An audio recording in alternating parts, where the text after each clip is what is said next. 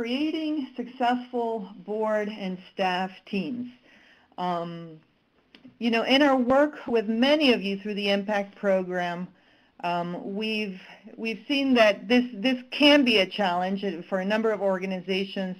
It's where you're focusing some attention right now is creating successful board and staff teams. And really, it comes down to the most successful nonprofits have board and staff that understand their unique roles and that they work well as partners. And sometimes that doesn't happen automatically. There's a lot of best practices that we can put into place to build strong teams. So we're hoping to touch on a good number of those here today. And part of what underlies this as a challenge is that there's a pretty unique dynamic between a board and a staff team. And I'll touch a little bit on that, but as we described in the description for the webinar, the board is in a position to hire and to fire staff, and yet they also need the staff expertise and the staff guidance to do their own jobs more effectively as board members.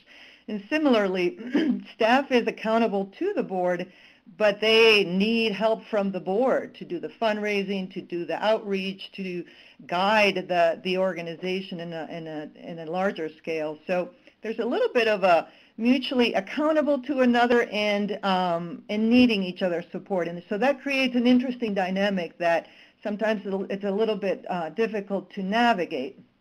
And so it becomes a common challenge for the organizations that we work with. Addressing this issue, it takes time, and it takes an appreciation of the roles that both staff and board play. And so what we're hoping is that today we can launch this discussion.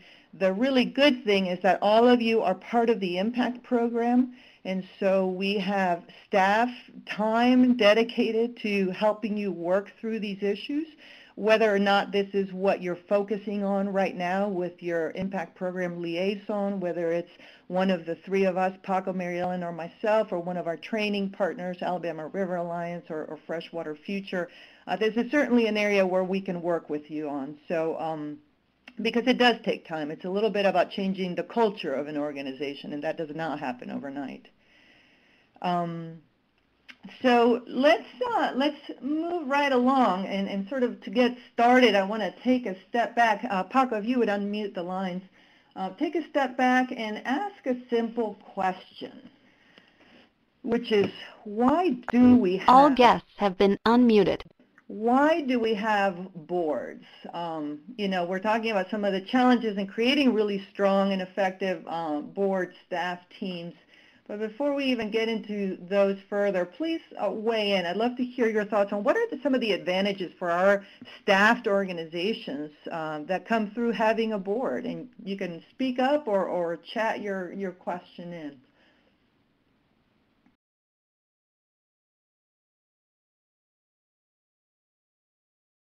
See, somebody is chatting. Anybody on the or is typing? Anybody on the phone? What are some of the benefits of having a board? All right. Gary, it's an IRS requirement for nonprofit status with a fiscal responsibility and fiscal stewardship responsibilities. Gives the group direction and vision. Emily, provide broad leadership and see the big picture. Thank you, John. That big picture is really, really key. Fundraising support. Additional professional skills that maybe not all staff have. Fundraising, strategic planning, these are all great answers. Encouraging new ideas and goals for the group. And that really is key. It multiplies the number of heads getting around an issue and thinking about it. Sometimes as staff or anybody in our own jobs can get down in the weeds and a little bit of a limited vision. So the board certainly brings a lot of new ideas with those different skills. So yeah, we've touched, that gets at a lot of the main reasons. Determining the mission and the purpose. Those are all great. Thank you for that feedback. So here I have just an outline of some of the biggest reasons that came to our mind. And I think they're embedded in a lot of your comments. Ensuring the ongoing viability of the organization, that community anchor to an organization that sometimes staff come and go, but there's always a board for that organization that's keeping that organization viable. Connecting to the community, making decisions and setting policies that define how the organization carries out its mission, some of that big picture thinking. Ultimate accountability for the actions that are used to implement those decisions and those policies, and to provide that big picture guidance and direction for the organization. Finally, also the nonprofit status. So it's easy sometimes to forget this, and I would love to capture some of your comments, and I'll see if we can do that and include them in the notes for this webinar, because sometimes we need to go back and think about all of these different roles that the board plays and ask ourselves, are we doing as best of a job as we can do to ensure that our board is active on all of these fronts, because it really is the strength of the nonprofit board-led structure, and oftentimes we don't take as full advantage as we could from that. So, all right, so moving right along, with boards, come, and with staff, I should say, come this need for creating strong teams between board and staff. So I want to switch your thinking a little bit and get some feedback from the group, again, via chat or via the phone, on what are some of the symptoms of board and staff teams that are not effective, that are not as strong as they could be. How does that look in your day-to-day work, whether from the board perspective or from the staff perspective? What are some of those symptoms?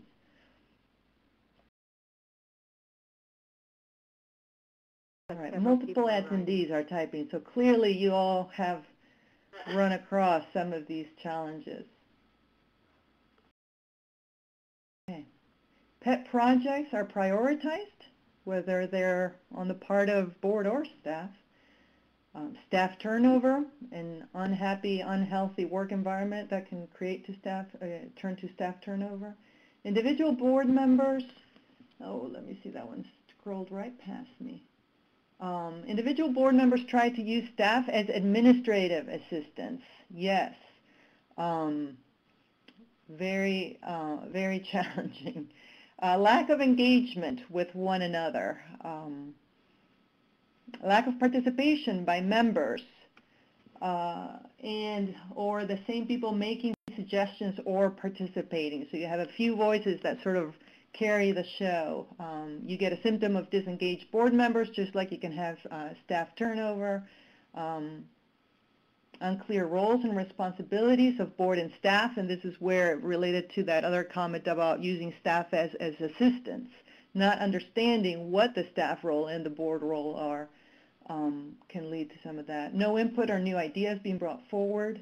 Confusion and frustration on the part of staff, again, that unhealthy work environment. Board abdicates responsibilities to staff and director. Very common. As you get stronger staff and long-term staff that understand very well the day-to-day work of the organization and the history of the organization, sometimes the board does abdicate its own responsibilities and sees themselves really as the following board, where the director pretty much determines direction. So board doing the work that staff should be doing, and staff being called upon to do a lot of the work that really is board work. Exactly. This is what it looks like on the ground, and clearly, I don't know if you're all pulling your hair like this guy is, but that is, you clearly are understanding and facing some of the challenges that come with this. So let me keep moving us along, because we're going to talk a lot about shared leadership. And shared leadership being really the model that we promote and encourage in our organizations for addressing some of these issues. There are, this slide talks about the lines of authority, and this, if we can look at this, start to understand a little bit about where these challenges are born out of.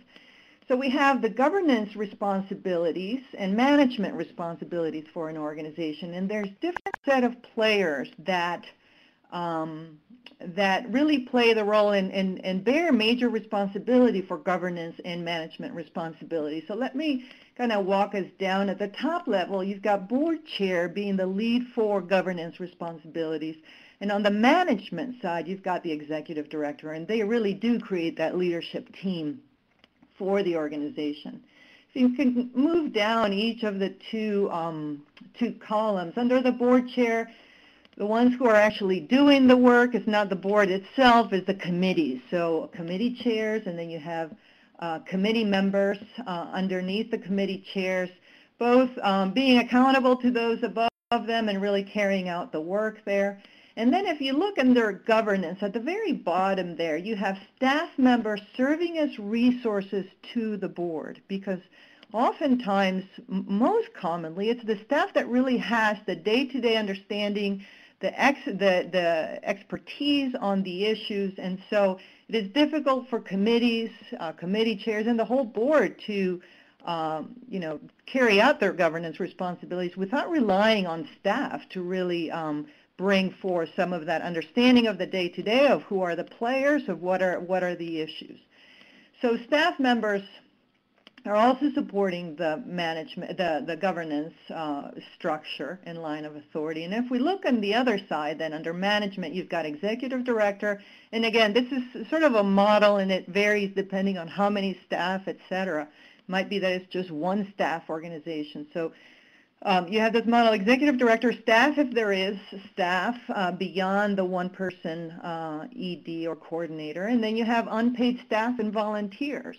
If you keep moving down there, you see board members working as program volunteers.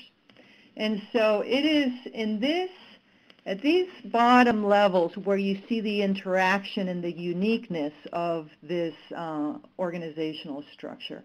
You have staff members who are resources to the board, and yet they have their own management responsibilities for the work of the organization.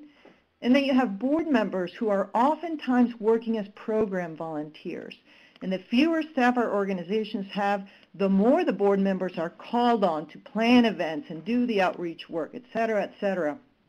But yet they are playing a role within the management day-to-day program implementation responsibilities of the organization.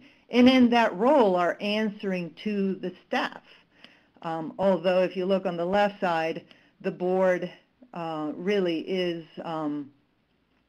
ultimately, the executive director is ultimately accountable to the board. So it's in this crisscrossing of authority that some of the complexities come in and some of these challenges come in.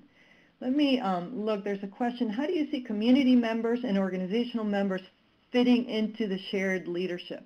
Well, they can really help feed on both sides. It is community members and organizational members that oftentimes we are recruiting to serve on our committees and grooming to become future leaders within the organization.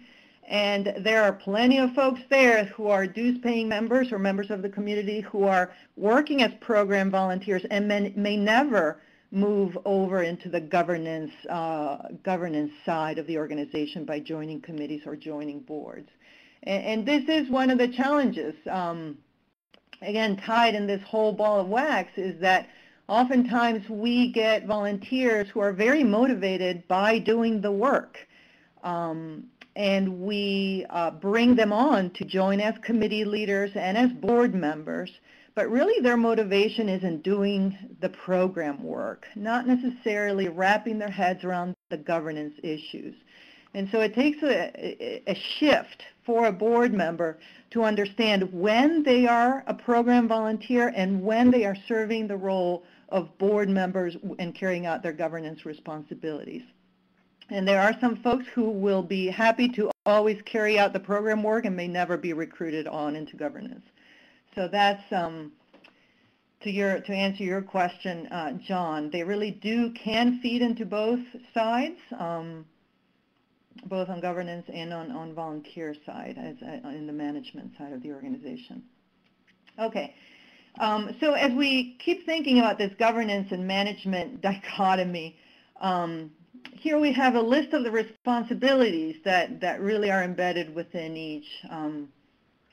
So if we look at the governance side, they provide oversight and guidance, as many of you had already suggested. The board acts as a group on behalf of the organization. Let me actually go left to right. So governance, oversight, and guidance, big picture for the organization. On the management side is the day-to-day operation, the designing the programs, the carrying out the programs. Well, the board acts as a group on behalf of the organization. Right here, the staff, the management responsibilities, you have staff acting as individuals on behalf of an organization, not as a body. The board is there for the long term. You might have staff turnover. You might have one staff person, and for financial reasons or other reasons, an organization might do away with staff and go back to being an all-volunteer organization. So staff really is more of a temporary, it can be more of a temporary structure, whereas the board is there. As long as you're a nonprofit organization, you're going to have a community board. This next bullet, the board really has minimal or no staff, and this gets at the question, the issue that was raised when some of those symptoms of an ineffective team, board members seeing staff as their own personal or board assistants. Really, the role of staff is not to serve as staff to the board, but to carry out those programs and their own internal management functions. Whereas the executive director really has access to all the staff and oversight over all staff. The board is ultimately responsible for the work of the organization. On the management, it's more immediate responsibility for the day-to-day, but they don't have that legally defined responsibility on the financial end, et cetera, for the function of the organization. Typically, there's a discrepancy in the expertise that they bring to the issues. You might have folks on your board who are stormwater issue experts or community public health issue experts, but we also recruit a lot of folks to our board who are communications experts or just have networks within the community that are of benefit to the organization, may not really understand all the issues that the organization is dealing with. Volunteer versus salaried, and this last piece is really key. The board sees parts of the whole, whereas the management really is intimately involved with everything in an organization on the day-to-day, really seeing how all the different pieces work together. And oftentimes that level of understanding down in the weeds is missing at the board.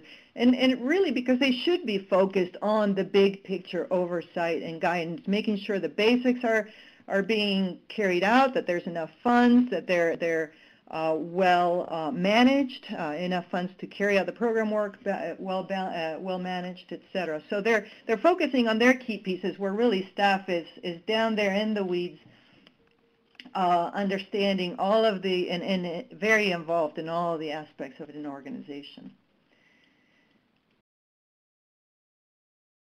So these do not work, though. It's not as simple as two silos that never meet. And so in this next slide, let's talk a little bit about a slide that is very helpful, I think, to help understand this. We got it from Mark Smiley. Many of you know him as an organizational consultant based out of Portland. Really helps us think about the shared levels of influence, because we have board on one side, staff on the other side, and if we can sort of divvy up the world of all responsibilities within, a nonprofit organization, you have some that fall on the left side, primarily board, to much lesser extent staff, and you have responsibilities here on the right-hand side of this columns that it's really primarily staff, less extent board, and then you have this whole middle area here. That really is a lot of the places where we share responsibility and share influence in carrying out those responsibilities. So if we look at these, we have on the board of directors side, governing policy, on the staff side, operating policy, setting mission and goals for the board, figuring out how that mission and goals, how they get operationalized through programs, so designing the actual programs and projects at the staff side.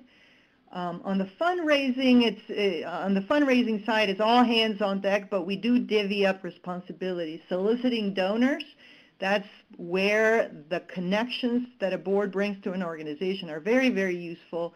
And so opening up those doors really falls to the board as a primary responsibility, whereas staff is much better equipped to actually write out the grants. And then the board brings that big picture of what are the membership goals, and the board and the staff is implementing those activities to bring in members. Then we have this whole excuse me, this whole other middle area where they're working together and where shared leadership really is what's needed. And so setting executive policy, defining what the programs and the projects are. So we might have, water quality monitoring is the project. The board is not going to be so involved figuring out what the protocols are or where are the best sites to collect the information. That's designing the action plans for which staff is ultimately responsible. But really defining the program that water quality monitoring is a key program area that we need to pursue in order to carry out our mission. So that would be one example of that.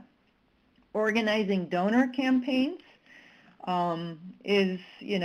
Board members can identify prospects and open up doors, but really carrying out those initiatives to recruit individual financial supporters for the organization is something that is done by both. And developing membership strategies as well, figuring out, are we going to get members through events?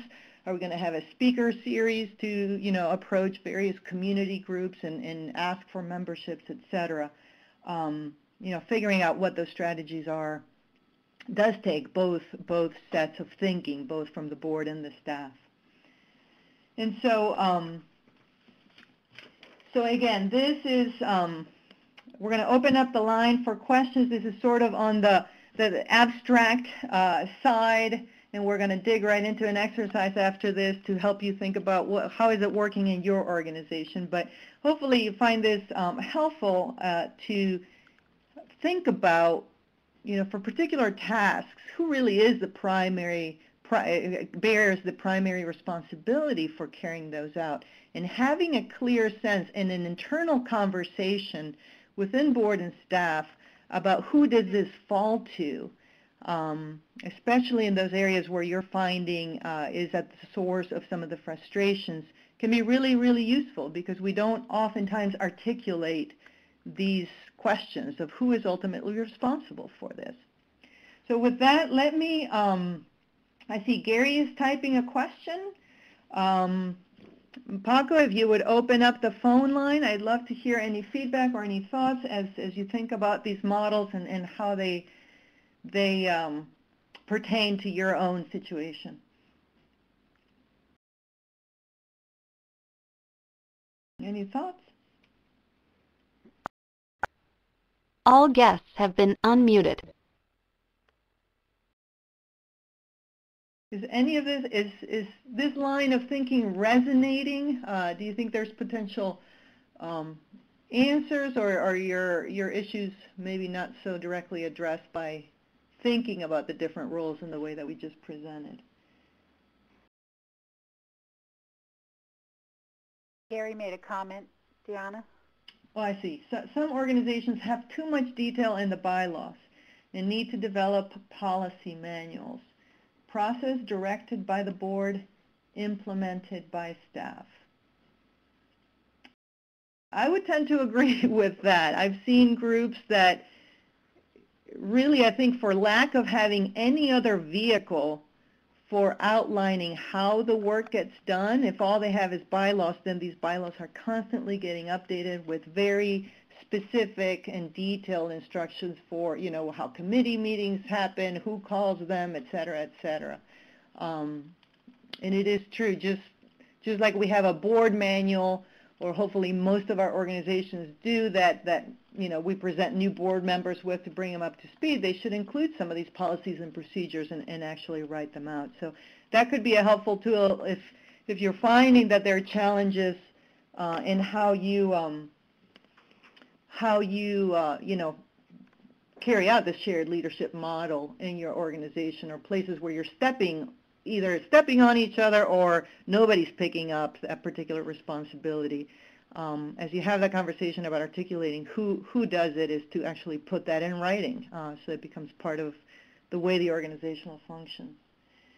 Please talk about when shared leadership is needed most at board meetings, events, etc. Let me take a stab, and then I'll invite others of you to weigh in.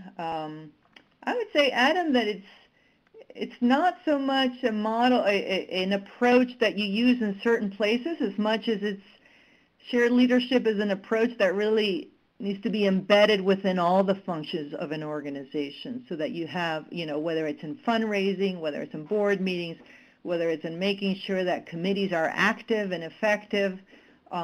Shared leadership can help improve how those things are functioning and can help address those problems. So oftentimes the symptoms emerge when you see, board meetings where it's a couple of voices speaking or a couple of folks setting an agenda and nobody else really influencing the way an organization is moving. Oftentimes that's where you see it, but I would say the model really makes sense at all levels of an organization.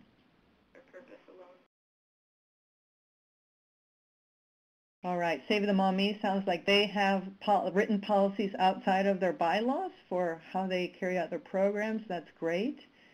And I would say if in any of the feedback you hear here you find useful, like I wonder how many folks would like to see Save the Mommies policies around that particular program. That's the kind of thing that we can use Basecamp to request of each other to share those documents, and where you can upload them. So just putting in a plug there. Dennis, the importance of board to understand the mission of the organization in order to support the mission. Yeah, Dennis, I think you're touching on the very foundational aspect of, what's needed for us to put this into place and be effective, is making sure the board understands what is the mission of the organization, and having that conversation as you're recruiting new board members, and as a board, coming back to that mission and checking in, make sure it still resonates and people understand what it is periodically, at least every year as you review annual plans, etc., would be very helpful. Yeah.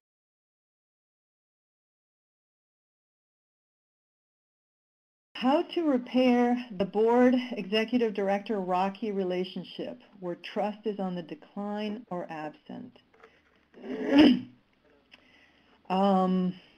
Diana, may I jump in? Yeah, please, Paco. This is Paco. Thank you, Erica. Part of the impact exercises that we're trying to get all of you guys to do is some staff evaluations, and likewise some board commitment forms or even board self-appraisal evaluations. So I believe some of those exercises can help highlight areas of differences of maybe a rocky relationship, and it can also serve as constructive feedback to improve either the staff or the board involvement. Mm-hmm. And Erica, please weigh in if that's helpful. Mary Ellen, would you add anything to that? Yeah, I think it really comes down to an understanding, and it really is a philosophy, an approach that the organization takes, that the board is not in a vacuum and the staff is not in a vacuum, that everything happens laterally and across the lines. And although there might be some question as to who makes the final decision, I think as communication stays open and as they continue to clarify roles for each other, that will work itself out. I think when board intrudes into staff roles or staff intrudes into board roles, that's where the mistrust and the tension starts to really escalate. But none of that is fatal. I mean, it is something that can be handled on a very deliberate and thoughtful way. And I would add, Erica, we have a slide we'll come to at the end here on next steps. The exercise we're about to walk through, I think, is a useful exercise. If you're at a point where there's a rocky relationship that does need to be mended, that exercise can be useful to take with an individual board member and then with a full board that can open up the door to having these discussions. If there is lack of trust, or if it's a conversation that you anticipate being difficult to have, you guys are in a great position in that you are part of this impact program, and so you have those of us here on the phone and with our partner organizations to help facilitate that process. It certainly is not easy. If trust has been eroded, just like any other personal relationship, it's something that takes time. But I think facilitating a conversation about what's the reason for that can be very helpful. We also have some other tips we'll come to in terms of having the board evaluate itself, having particular board members evaluate themselves individually, and making sure that there's staff evaluations in place. Those are also other venues for helping clarify and open up the door to conversations about what needs to change in the future. Another comment from Stephanie: the Alliance for Watershed Action and Resource Education was once organized but never formally became a nonprofit. We have bylaws, we have office holders, not a treasurer. However, we do not have staff per se, rather organizations that volunteer their time to develop programs, outreach activities. These organizations are also the same people who attend the meetings and are the think tank. So it is touchy for us to see and get to the point where we'll follow our bylaws given the current amount of people actively involved. Okay, I'm not sure if there's a question embedded within that. It sounds like you have a pretty unique organizational structure, which I'm familiar with from conversations with Paco. And it sounds like it's more set up as a coalition of other organizations than an actual staffed nonprofit. Yeah. Yeah, I think in this case, Stephanie, we've been talking about it. To get the momentum going beyond these think tank individuals, I think we need to build membership for you. And those from the communities that you serve and from those individuals that are starting to fill in those gaps, we will get a more robust board, and eventually we will be able to build momentum. Mm-hmm. Okay. Unless there's any other questions, then I want to keep us moving. I think we're actually ahead of time, so that's very good news. And pass it over to Mary Ellen, who's going to go into the exercise that she sent to everybody ahead of the webinar. Mary Ellen? Yep. Okay. So I want to thank everyone who filled out the shared leadership grid. We sent this to you ahead of time as a prep for the webinar, and you really didn't need to send it back to us. This is really for your own information, and I think the next few slides might help clarify for Adam, as well as maybe for Erica, some of the clarity that needs to be developed between the board and the staff for their different roles. And one thing about shared leadership is that the leading and supporting roles change according to the task, and that's what we're going to go through section by section here. Where one area the board is definitely taking the lead on, and the staff is doing the supporting role. In the next task, it might be the staff's role to be the lead, and the board would play the support part. So let's go through these, and we have 3 slides that show what we think are the best management practices for these particular tasks. And at the end of it, we'll also have time for questions, but if you have something while we're on a particular slide, go ahead and type it in, and we'll see if we could address it. So We broke down this shared leadership exercise into different areas, and this first one is the governance that has 6 different areas.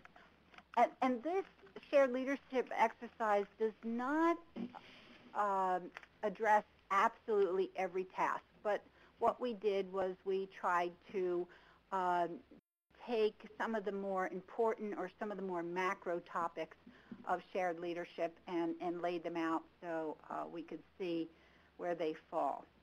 And you can see that the exercise had the duties on the left, and then, you know, where is it that you are as an organization, your organization is actually taking the action? Is it board members, mostly board members, equally shared, mostly staff or staff?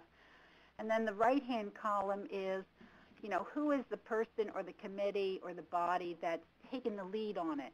Not necessarily that it excludes other people participating, but who is actually the lead? Who's initiating it, making sure that it's done, who's accountable to get it done? So in the governance, we have recommend organization policies, procedures, actions, and we think for a best management practice that this is an equally shared task, that the executive committee, which is the board leadership, and the ED, which is the staff leadership, really takes the lead on, and they share that together. That doesn't mean that other board members or other staff might have input, but they're the ones taking the lead on it. The next is prepare board meeting agendas and minutes, and we think this is mostly a board member task, and in which the executive committee, particularly with the board chair taking the lead on this, would develop the agenda, and the secretary of the executive committee would be taking the minutes. Now again, this requires that the ED, as staff lead with input from other staff, would suggest agenda topics. They would need to have, they have the information as to what would be an issue that has come up that needs to be discussed during the board meeting. But, you know, as far as actually doing the whole agenda, it leads mostly to looks mostly to the board members to do that. Facilitate the board meetings. We think this is a board chair role in which, you know, he or she is making sure the board meeting is running on time, not getting bogged down, going through the agenda appropriately, giving voice to everybody who needs to have a voice at the board meeting. Initiate the committee meetings. If you have a committee structure for your organization in which board members are members of different committees, there would be a chair of each of those committees, and it's up to the committee chair to initiate those meetings, to call the meetings, to put the agenda together, to keep the momentum going so that those committees are realizing their goals and, you know, accountable for what they said they would be doing throughout the year for the organization. Again, it doesn't mean that the staff would not have input into it. They definitely could, but this is just who is initiating it and making sure it gets done. Recruit and nominate board members is mostly a board member responsibility. I mean, this really comes down to the governance of the board itself and the governance committee, which could also be called your nominating committee, or some organizations also call it board development committee. This is where they really are, this committee is really paying attention to the succession of the board, to the future board members, prospective board members. And again, all board members would participate in terms of nominating or providing names, as well as staff members would, but it's the governance committee that's really taking the lead on this and making sure that this gets done. This is one of those lifeblood tasks for an organization, that a governance committee is up and running and doing this on a regular basis, not on an ad hoc basis. And finally, orient and train the board members. Again, goes to the governance committee leading it, but it's equally shared between the board and staff because the staff has a lot of information for new board members, and but the board is welcoming their new members and making sure that they're comfortable. There's a question there, Mary Ellen. Okay. Individual board members try to utilize staff as administrative assistants? No, down at the bottom. What if your organization does not have a board development committee? Okay. In my mind, I would try to find out why you don't have one, because of all the committees, and people would have different opinions of this, but in my opinion, a board development or a governance committee is the committee that the organization needs to have. Like I said, it's maintaining the board, having new people come in, the lifeblood of the organization. And so I would discuss with you, why you don't have it, what would be blocking it, and, if you don't have a committee structure in place, this is where I would start. And if you do have a committee structure in place and you don't have a governance or a board development committee, I would suggest that you look into it. And we've got some materials to help with that as well. You're small, having a hard time maintaining the committees that we do have. And I totally understand that. A lot of times committees are based, the number of committees that you have are based on the number of board members that you have. I mean, we'll be getting into this a little later, but you certainly can't have each board member being on 3 and 4 committees. So you very strategically have to decide what the committees are. Perhaps you have too many committees and should tailor it down to just the few that are the most important and so that they are active at this time. Got more? How do executive and governance committees differ?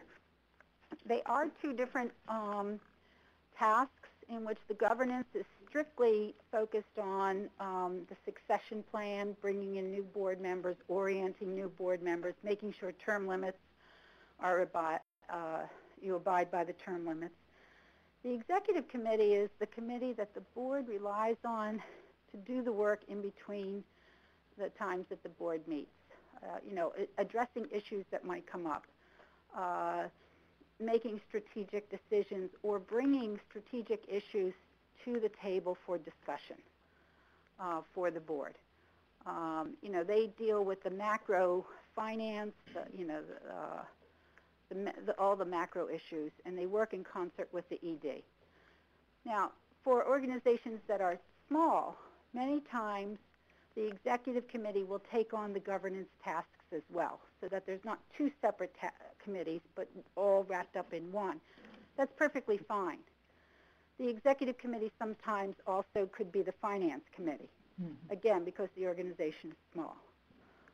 That's up to each organization to decide. But with groups that have, a robust number of board members, the governance committee, I would recommend, would stand alone. How will you be talking later about the I'll just quickly, we're not going to get into the size of boards, but just quickly, across the country, the average size of a board is around 15, 16. Here in the Chesapeake area, where I'm focused on, anywhere from 11 to 15 is pretty average size for board members. I would say I'm based out of North Carolina in the southeast. We probably see smaller boards, 8 to 12 or 13. But I would say that if you start getting any smaller than 8, you're starting to get into trouble because you don't have enough folks to do the work. And I've seen many of our organizations that have 4 board members, 5 board members. That's pretty taxing for folks who are volunteers. Yeah, it really is. And less than 7 is really making it tough to do that. And so it's a gradual thing of growing your board. You don't have to swoop in with a whole new number of people, but gradually do it. So I'm going to move on. I know more people are typing, and we'll get to those questions, but I'll get to the next slide, which addresses finance and fundraising. And you can see in the finance about the determine and monitor the annual budget. That's equally shared which is the executive committee, or if there's a separate finance committee, in concert with the ED. They really have to be taking the lead on this. The fiscal management, the day-to-day management of finances and reporting, that's left to the ED in concert with the treasurer. Some organizations might have a bookkeeper that's also involved in that mix as well. And then the database management and record keeping, that is totally staff-driven task. You might have volunteers come in to help with that, but that is really an administrative task on that. Going to fundraising, develop the annual fundraising plan. That's an equally shared task in which if there is a fundraising or development committee, they are taking a lead on that in concert with the ED. And if there is somebody who is tasked specifically with fundraising, like a development director, that person would be involved as well. And this is something where, in order to really have a feasible fundraising plan, this has got to be across board and staff lines so that decisions aren't being made that the staff can implement or the board can implement. Fundraising activities. Research and write grants, we feel, is a specifically staff-targeted task, that might fall in the ED's lap, or if there is a dedicated person to writing grants, like a development director, that's where that might be in. Of course, the board could always suggest new granting potentials or might be able to open a door, but the lead would be in the staff realm of things. Identify and cultivate prospective donors, we think, is mostly a board member task to take the lead on that. Certainly all board members would participate, but the fundraising committee is taking the lead on that, and that's an error on that one column where it says all board or fundraising committee. It really should be fundraising committee, and perhaps in concert with the development director or the lead staff in fundraising. Then conduct other fundraising activities that's equally shared. The fundraising committee is taking the lead on that with the ED and the development director. And that's where you really have to share your skills and talents and open communications to make sure that nobody's bumping into each other with these fundraising activities. Okay, any questions? Let's see, do we have more questions? All right, moving on. And the last slide is program implementation and outreach and communication. And you could see setting the overall annual goals and benchmarks is a shared task, equally shared task. It starts with the committee chairs or at the committee level in which they're putting their work plans together and saying these are our goals. And it makes its way, and the board and the staff is also doing that, but it makes its way up from that point up to the board to approve. Develop the annual work plan, the priorities. This is where the detail comes into the work plan, and that's really, once the goals are set, it's up to the staff, led by the ED and program leads, to implement it, make sure it gets done.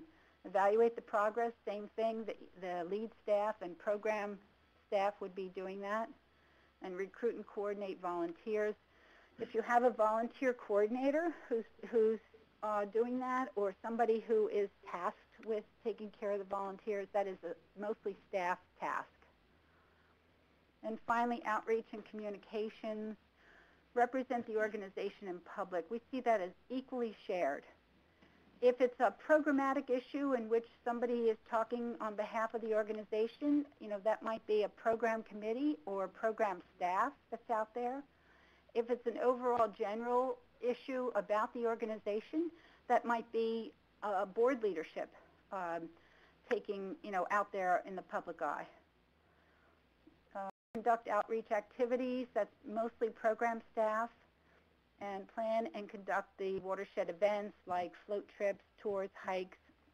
That is mostly in the area of being led by program staff.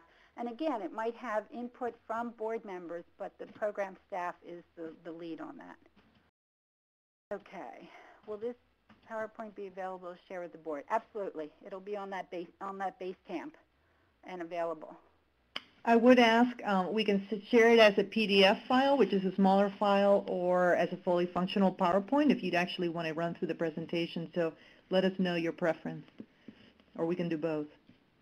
So are there any comments about these? Is there anything that's wildly different than what you are currently doing? Anybody have any? Actually, I'm kind of pleasantly surprised. That's good to hear. And this is something, again, we think that if you share this with the whole board and staff, you know, there might be some wildly divergent answers, and that's where you start your conversation so that you do come to consensus and decide how you're going to handle these tasks. Yes, I agree. If you don't have an ED, it could be a different situation. If you don't have staff at all, obviously these are all board tasks. But even if you have a part-time staff member, one part-time staff member, these tasks can be, again, divided up between who takes the lead, staff or board, or are they shared? We want to do in the next. Okay. Should I move on? I think we answered most of the questions. Any other questions? Okay, let's move on. And so we have this shared leadership model to build effective teams for the benefit of the organization, the sustainability of the organization, and realizing your mission. So here's the question. Do most boards have a program committee, and what is their function? All guests have been muted. You can unmute your line by pressing *6. It depends on the size of the board, and it depends, Dennis, it also depends on what your programs are. There could be one committee that is dedicated to the actual on-the-ground programs that you're doing, be it education, you know, restoration, whatever. It could be all combined into one. There are many organizations, though, that also separate those programs into different, more targeted topics, like there might be a separate education committee or a separate events committee or a separate stormwater management committee. These vary wildly according to what your organization is actually doing programmatically. But I think that if you have the robust board and you have the numbers there, having a program committee that works in concert with staff is a very good idea. If I may add, another, I've seen organizations that have highly technical program work or who are doing a lot of litigation, for example, create advisory committees that really there might be a single board member or not at all on that committee that is advising staff on that particular program. Oftentimes that's where they're recruiting a lot of attorneys to give them legal advice, and you see some of this with river keepers or you know, engineering, highly technical staff. So sometimes there are those as well. And that might also be where some of the scientific expertise that you have would be offering advice as well. Yeah. Okay. All right. So how do you build this effective team? We have 5 steps here, and I'll go through the first 3 and then hand it back to Deanna for the last 2. So it's select board members well, articulate expectations, provide ongoing communication education, establish that shared leadership model, and assess how you're doing. Okay, we have a comment here from Mike and Susie. Oh, it's a question. Is it best to ask board members what committee they would like to serve on, or is it best to put members on committees outside their comfort area to force them to learn more about the organization? I think, actually, Mike and Susie, that goes on to the number 2 step, which I'll get to, about articulate expectations, that when you are recruiting somebody, you're recruiting them with an idea of what committee they will be on. And you talk with them about that to see if that would be suitable or agreeable to them. I don't think it would be helpful to force somebody to be on a committee that they absolutely hate and don't want to do with. That's not how to engage them. I could talk with you more about that later as well. Okay, so selecting well, as I mentioned before, is a thoughtful, deliberative process that functions throughout the year. This is where the governance committee, nominating committee, whatever you call it, is active year-round. It does not come to life a month before the slate is due, or where you have to scurry around and grab names for new potential board members. This committee is collecting all year round names for potential candidates down the road. And so when you have these names, you're assessing their talents and skills, and you're also making sure that your current board is adhering to their term limits, so that if somebody is due to rotate off, you know that that's going to be a vacancy that needs to be filled. And a lot of times the skills and the talents that you had a couple of years ago that you needed maybe when you started out, as the organization matures, perhaps you need different skills and talents now. And so you look accordingly. You want to develop your succession plan. We talked about that before, to have a written down plan of who's rotating off, how many spots you need to come on, what kind of leadership roles do you need? Do you need to replace the president or the VP or the treasurer? We talked about creating the governance committee and activate the recruitment and cultivation strategies.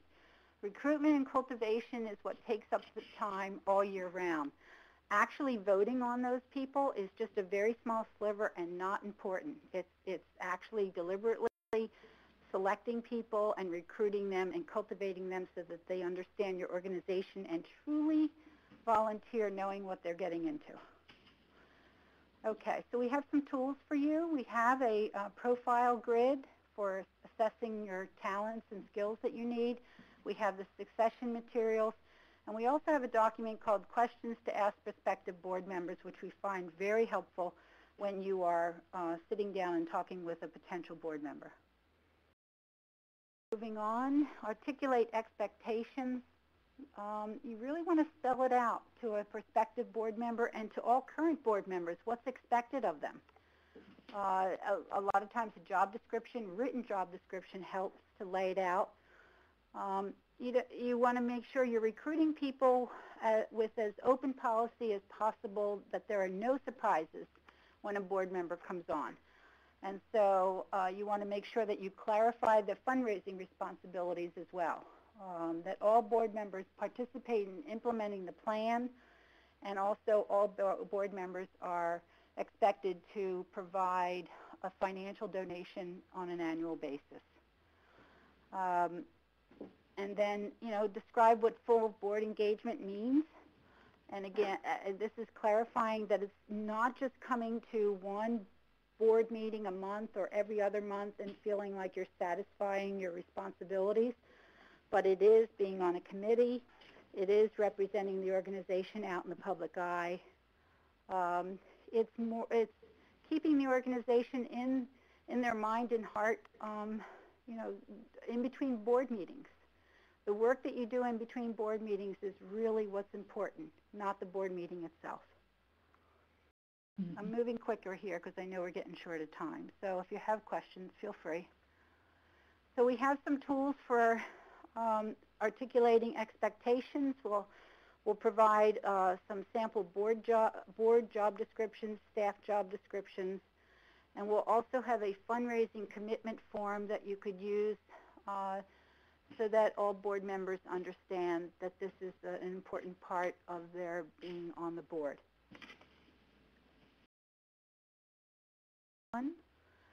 And so number 3 is providing ongoing communication and education. A lot of times this particular step is originated at the staff to the board for the board's education. What are the upcoming issues? Is there something going on in the watershed that the board needs to know about and take action on? Is there something happening within the organization's internal workings that the board needs to know about? So the staff usually is the source of this information and should clearly and promptly communicate anything of importance to the board, particularly for the board leadership and then the rest of the board itself. There could be a board manual that kind of lays out all the policies, the bylaws, the meeting schedule, the fundraising commitments, list of staff and board contact numbers. There's all kinds of things that could go into this board manual. The board meetings themselves is an opportunity for communication about issues. And then once a year, perhaps a board retreat. It does not have to be fancy. It could be on a weekend or, maybe an extended board meeting, but just kind of a retreat to kind of refresh, relook at the organization as a whole, refresh the board's role in it. This is a great way of getting new board members up and going very quickly. Some organizations choose to have a whole day set aside at a site that's separate. That's nice if you have that kind of funding, but you don't have to do it that way. And then there are specialized training opportunities for both board and staff. I mean, there might be, I'll give an example. The Chesapeake Watershed Forum is held every year in this area. This year, I was aware that there were more board members than ever attending. In fact, there was one organization that had 9 out of 10 of its board members in attendance, which I thought was fantastic. So these are, they could be forums like that go over a couple days, or there could be half-hour training sessions, or there could be like webinars like this in which you invite board members and other staff members to attend. Any questions on those? If not, Deanna, I will move it to you. All right, so just to touch on the last couple of tips here for how to make this work, and again, you've heard a lot about establishing shared leadership. And it begins with what we've already covered, knowing what is the board's work and what isn't, and I could add what's the staff's work and what it isn't, and so having that conversation and that shared understanding is really, really key. Cultivating individual relationships between the head of staff, the executive director, and each board member. I would say that this is one of those unstated, often unstated best practices for organizations to work well. And so, back to the question of what happens when trust is eroded, et cetera, it is not helpful to think of the board as a monolithic body. It is made up of individuals, and it is a complex social animal, I would say, and there's relationships going on that many times we're just not paying attention between and among board members and with lead staff and particular board members. And so I would say as an executive director of the organization, obviously a key relationship is with the chair, the relationship you have with the chair of the board or the executive committee. But really it is very, very helpful to cultivate particular board members just as you do donor prospects, that and are having one-on-one conversations with them, understanding how they're feeling about their board service, what they think is going well, what they think is not going well, and some of that work that can help board meetings be much more highly functional, because oftentimes, for lack of that, if the only time as staff that you meet your board is at the board meeting, with occasional calls perhaps with the chair outside of that board meeting, there might be dynamics going on at the board meeting that are just completely under the radar and can come back to influence how well things are working. So really taking the time to cultivate and establish and cultivate those relationships is key. And Deanna, I just want to add to that having board come together face-to-face is so valuable. I know that it's not always possible, especially if board members are coming from a wide geographic area, and so the alternative is to be calling in for board meetings. But I think several times a year, at a minimum, there should be those occasions when board members are required to come together face-to-face to develop that kind of relationship between board and staff, among all the different board members. I think that helps a whole lot. Mm-hmm. And related to that, if I can jump to this bottom bullet, is don't forget the fun factor. it is not just the fun itself, but it is also about keeping us grounded as an organization and helping ensure that everybody is connected to and really committed to the mission of the organization.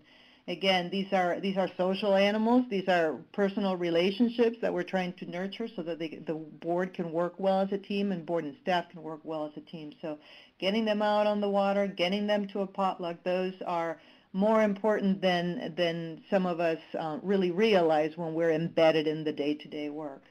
And finally, there's fostering effective committees. I think we've talked a little bit about that. I want to talk a little bit more about what that means, because really the committees are the workhorse for the organization.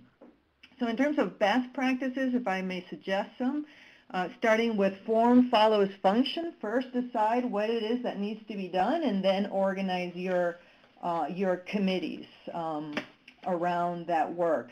Mary Ellen highlighted some that are really key. But, like going back to Dennis's question about program committees, well, first think about what needs to happen and where do you need really that full-on board and community engagement, and then if that's a priority, you can form a committee around it. So there's no formulaic approach to saying this is the best committee structure.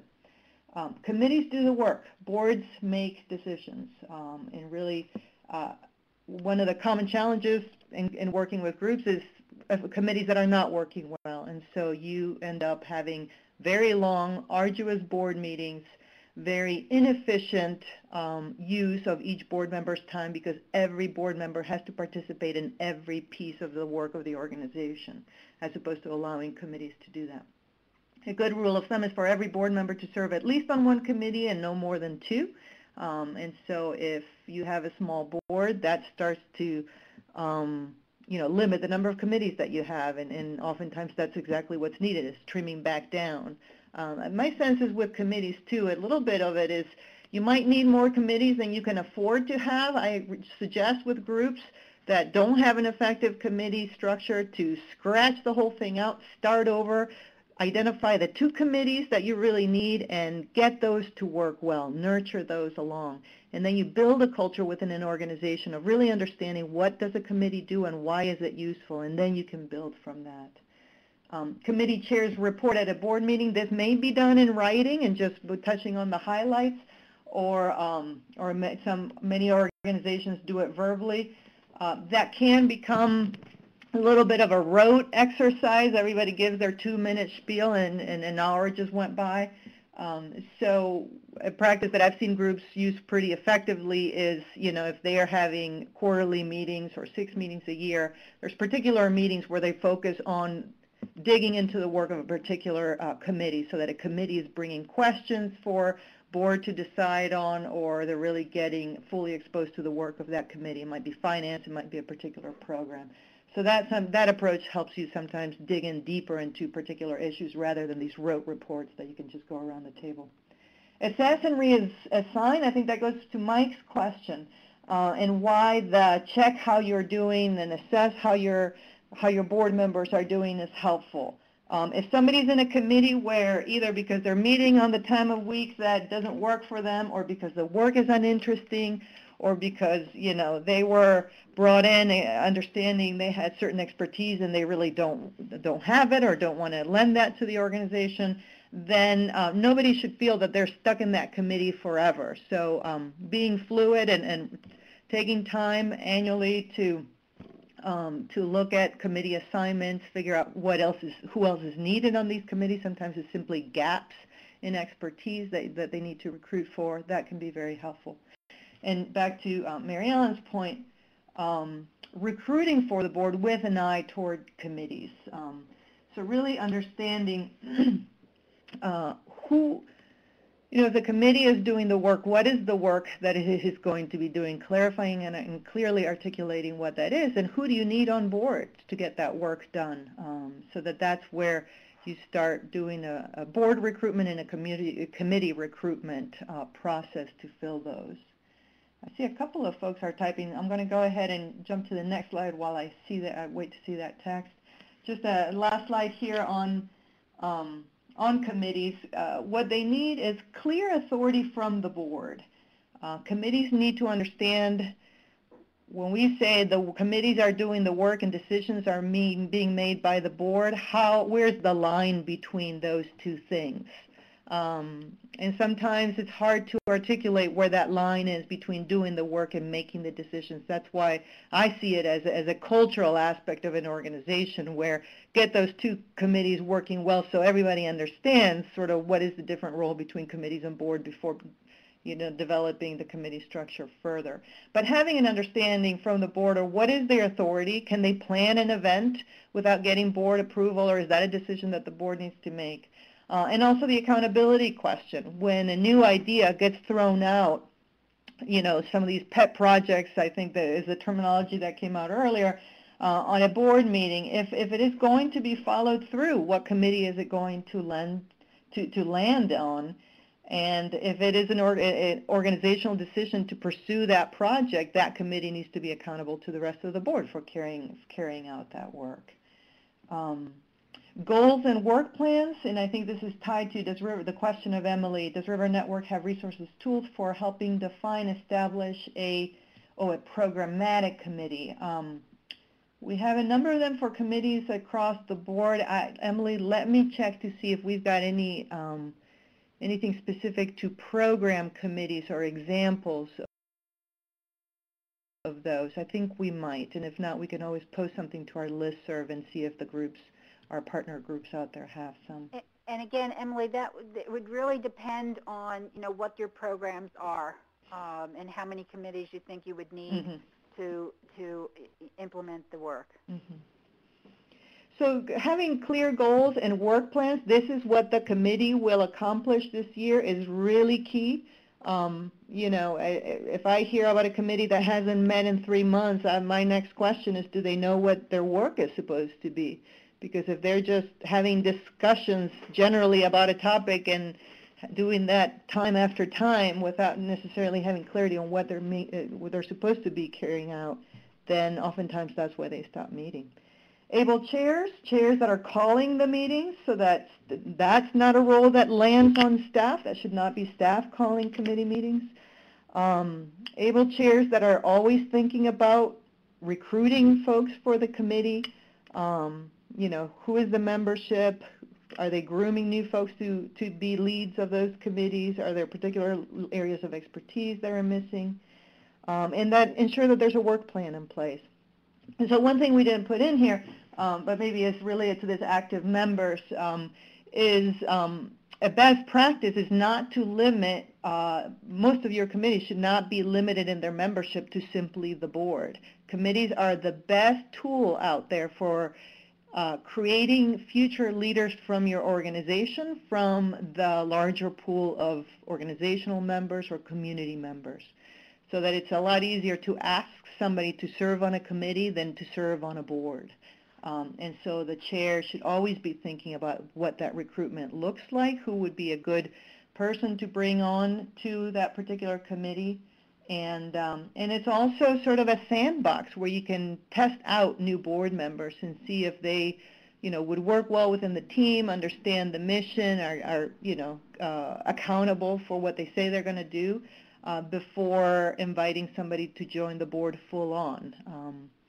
There might be a couple of committees which are more of the standing committees that deal with the internal, more confidential side of the organization that would be really more for the board's realm, but certainly in the more outreach or external committees, programmatic committees, that's where a number of the committee members can be from, non-board members. And Erin has a question of, should the chair of a board committee be a board member, and does it matter? I'd be curious to see what my colleagues, Paco and Mary Ellen, have to say about this. I will say definitely a committee should have a board member so that there's a communication back to the full board about what the committee is doing. But I've seen the committees work quite effectively where the chair was not necessarily the board member, and in fact freed up that board member to just participate and carry out their other board responsibilities.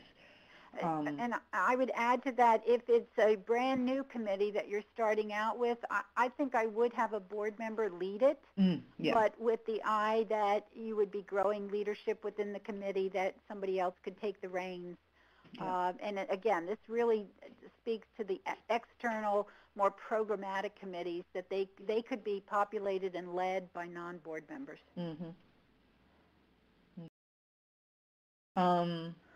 So in terms of tools, the very leadership grid that Mary Ellen went through earlier and that you were emailed is a great exercise to start this conversation with your board about committees and what they need to be doing. We have a number of materials describing the roles of board and then how board and staff break out that can be helpful in this discussion too. And then one of my favorite tools that I think it was Mary Ellen and I put together, maybe it was just you, Mary Ellen, and I've stolen it over the years, is sort of a generic form that you can use for any committee that helps you track who are the members, who are prospective members for that committee, what is the work plan for that committee, what is the purpose for that committee. Just a real easy template to help committee chairs really make sure that all those main pieces are in place. It really helps ground the committee and why they exist. Yeah. You know, it's not just a committee in name, but it has a real purpose. Yeah. So we'll share that. And just real quickly to wrap up, assessing how you're doing. How is the board doing as a team? They should be asking themselves that question as a body, and we have sample board assessments for them to fill out so they can as a group discuss whether they're meeting their own expectations. Allowing each board member to self-evaluate and consider how they're doing and what else, maybe what they need to do a more effective job or what's helpful or not is very useful. And also ensuring that you're evaluating the lead, that the board is evaluating the lead staff, the executive director. Too many of our directors are out there and have gotten no constructive feedback in any formal way for years on end.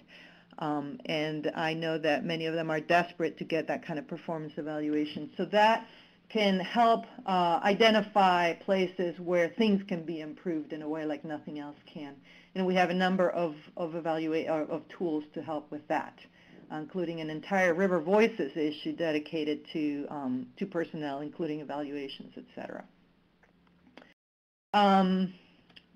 We are just a minute left for our last slide here, so let me just jump right into it. How do you bring this back to your organization? If you have found this useful, one great next step would be to do that exercise with your board. Discuss the results, identify what needs to change, and figure out what those things are. Share this PowerPoint presentation with them, and we'll make it available. Do a review and an evaluation of your committees. A lot of this working well depends on committees working well, so thinking as a group about how that's going helps. Making sure if you have not assessed your board or carried out staff performance if you're a board member, make sure that that's done. Deanna, I just want to jump in here. I want to make sure that you understand that the staff, other than the ED, staff performance is in the realm of the ED to handle, not the whole board to handle. The yes. ED's job is evaluated by the board. Other staff members are evaluated by the ED. Thank you, Mary Ellen. Okay. And finally, I would say enlist the help of the staff here on this call, Paco, Mary Ellen, myself, Adam from Alabama River Alliance, if you're working with Adam as well, or Melanie or Ann from Freshwater Future.